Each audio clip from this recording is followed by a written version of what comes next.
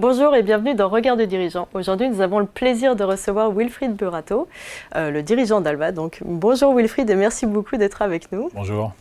Alors, guidé par une citation de Thomas Edison, ce qui compte, ce n'est pas le prix de l'ampoule, mais celui de la lumière. Vous vous attaquez à des défis de taille. Donc, celui de repenser la gestion énergétique, mais aussi des espaces. À l'occasion, vous attaquez à la désorganisation des chantiers et aussi à l'adoption qui est encore un peu trop timide des smart buildings en France.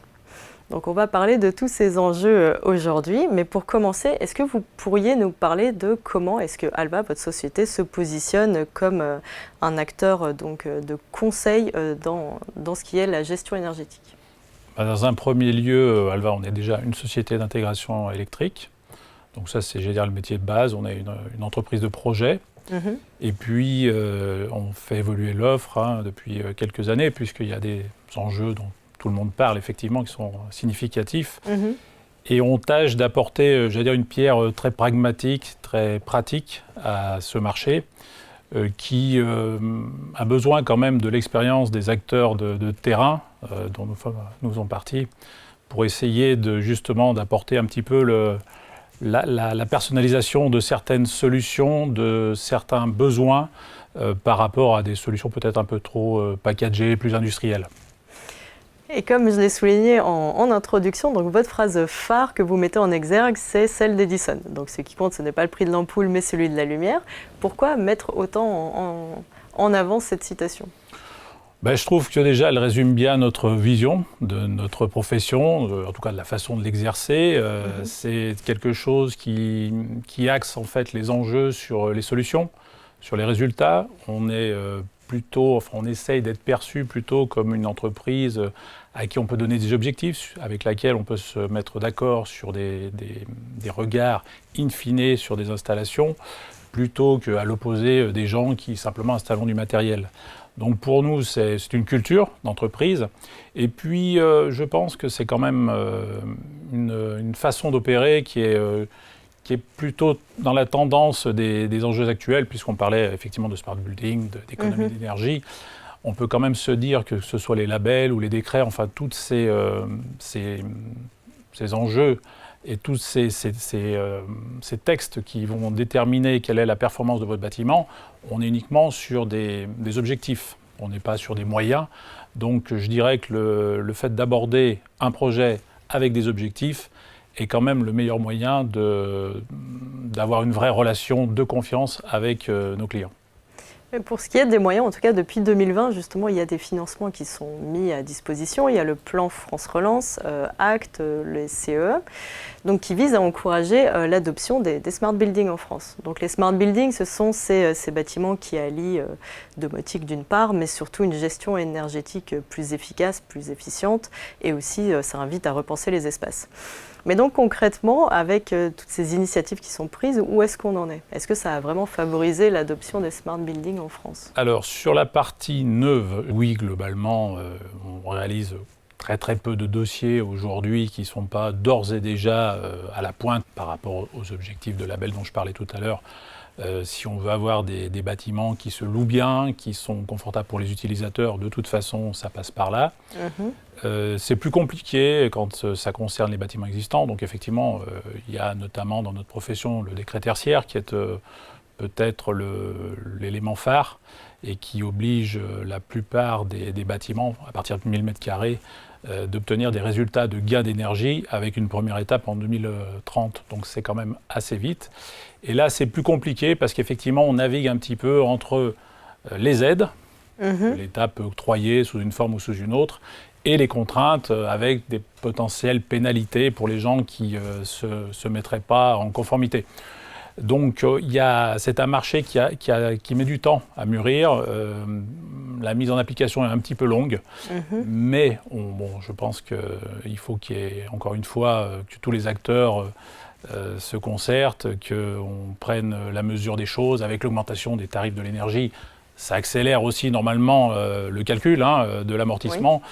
Donc c'est encore un peu poussif, mais je pense que le marché étant d'à peu près plus de 900 000 bâtiments concernés, ça devrait se décanter assez rapidement.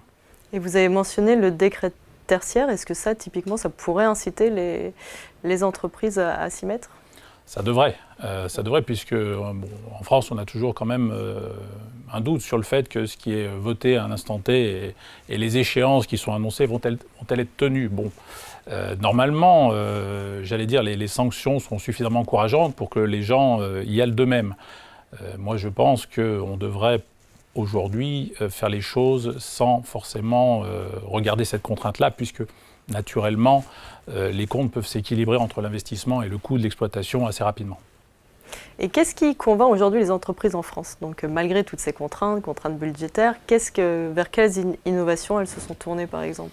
Alors, ce qu'on voit le plus facile, j'allais dire, c'est d'intégrer de la gestion de l'énergie, des systèmes de gestion d'énergie. Alors après, effectivement, il y a plusieurs formules, de la plus économique à la plus complexe. Donc justement, encore une fois, à nous d'essayer de personnaliser un petit peu le besoin pour limiter les coûts aussi, par rapport à l'objectif. On est toujours dans ce créneau-là. Et puis le remplacement de matériel un peu obsolète, un peu énergivore. Ça, concrètement, c'est les premières étapes, je veux dire, les plus efficaces si on veut se concentrer que sur une partie du problème, qui est quand même déjà significatif. C'est les premiers éléments qui marchent, je veux dire, très rapidement. Et vous avez aussi souligné il y a quelques minutes le fait de repenser les espaces pour rendre les bureaux notamment plus attractifs. Donc ça, c'est un vrai sujet en ce moment. Mais à quel point est-ce que ça l'est ? Donc à quel point est-ce que les dirigeants, les propriétaires devraient vraiment mettre des milliers d'euros sur la table pour repenser l'aménagement de leurs bâtiments, pour les rendre plus agréables pour le travail en équipe, par exemple ? Il y a plusieurs objectifs. Si on parle des objectifs d'un chef d'entreprise, quel qu'il soit, ou d'un propriétaire de foncier, la première chose, c'est de louer ses bureaux à bon prix. Oui. Et la deuxième chose, c'est de les rendre attractifs, ou de valoriser, ou valoriser son patrimoine. La gestion de l'énergie, en tout ce qui concerne la gestion technique des bâtiments, va de pair avec ces objectifs-là, puisque d'une part, vous rationalisez le coût simplement d'exploitation de vos bâtiments, le coût de l'énergie. D'autre part, vous rendez vos bâtiments agréables, puisqu'il y a forcément, quand on revoit les ensembles et quand on intègre de la gestion, on est sur des modèles beaucoup plus modernes, beaucoup plus attractifs que ce qu'on pouvait trouver il y a 20-30 années. Et puis, dans le même temps, ça motive aussi, qui est un objectif pour la plupart des utilisateurs, motive les gens à revenir au bureau. On a beaucoup parlé de télétravail. Et c'est vrai qu'aujourd'hui, on travaille plutôt sur des projets où le vivre ensemble, le travail ensemble est au cœur du système. On peut difficilement le faire et l'obtenir sur des vieux modèles de bâtiments tertiaires. Et pour ce qui est vraiment des solutions de la gestion de l'énergie, les entreprises aujourd'hui, elles sont encore un peu timides, pour différentes raisons. Donc c'est vrai qu'elles n'adoptent pas toutes les solutions disponibles, mais elles y gagneraient beaucoup. Et concrètement, qu'est-ce qu'elles y gagneraient ? La facture d'énergie. Donc ça, encore une fois, c'est le premier point. Je dirais c'est un calcul finalement. Oui. Est-ce qu'on peut voir par exemple un retour sur investissement ? Absolument, oui. Alors après, donner des chiffres, c'est toujours très compliqué parce qu'il y a autant de cas de figure que de bâtiments. Chacun ne paye pas l'énergie au même prix, il y a des accords anciens, chacun a un petit peu ses contraintes et ses données de l'équation.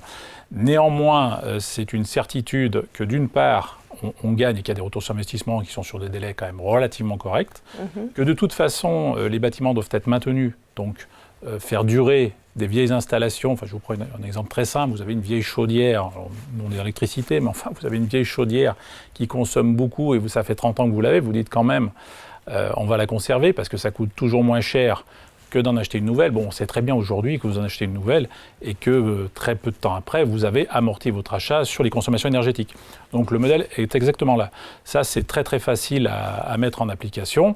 Après, ce qui est plus compliqué, c'est de le voir dans une globalité de stratégie d'entreprise. C'est peut-être là où effectivement les gens ont besoin d'un peu de réflexion et se dire, en même temps que je fais ça, est-ce que je ne change pas la couleur, l'agencement, la façon dont je répartis mes équipes, la façon dont je gère mon ensemble tertiaire.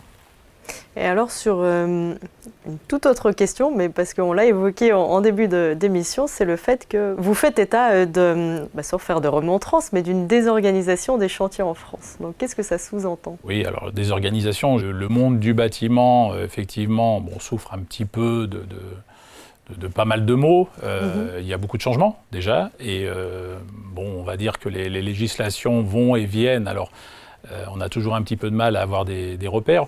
On a des délais qui sont de plus en plus contraints, et effectivement, un certain manque d'attractivité. On a un peu le même problème que l'industrie, où la formation pêche un peu. Donc c'est vrai qu'il y a un ensemble de désorganisations de la filière, où il y a beaucoup de gens, les fédérations travaillent dessus, mais j'allais dire il manque certainement un peu d'impulsion. Et peut-être que ce qu'on voit d'ailleurs en ce moment avec la mise en valeur des ouvriers de Notre-Dame devrait être fait plus souvent pour justement valoriser des activités et des professions comme la nôtre, qui sont quand même des professions, enfin quand on est à l'intérieur, moi évidemment j'en suis convaincu, mais qui sont quand même extrêmement valorisantes. Et pour conclure, quel message est-ce que vous voudriez adresser aux dirigeants, donc qu'ils soient locataires ou propriétaires de leur bâtiment? Très simplement, je les encourage à faire un audit. La plupart sont payants, certes, mais c'est relatif. Il y a des choses très faciles aujourd'hui à mettre en place. Encore une fois, les industriels sont prêts et les solutions existent. Il faut juste trouver la bonne équation, la bonne formule, une première analyse de l'existant, un accompagnement du dirigeant, des équipes pour savoir où on veut aller, ce qu'on veut faire, le projet de l'entreprise. Et je pense qu'on peut faire matcher toutes ces améliorations techniques sur l'évolution, j'allais dire, du cycle de la vie et de l'organisation d'une entreprise.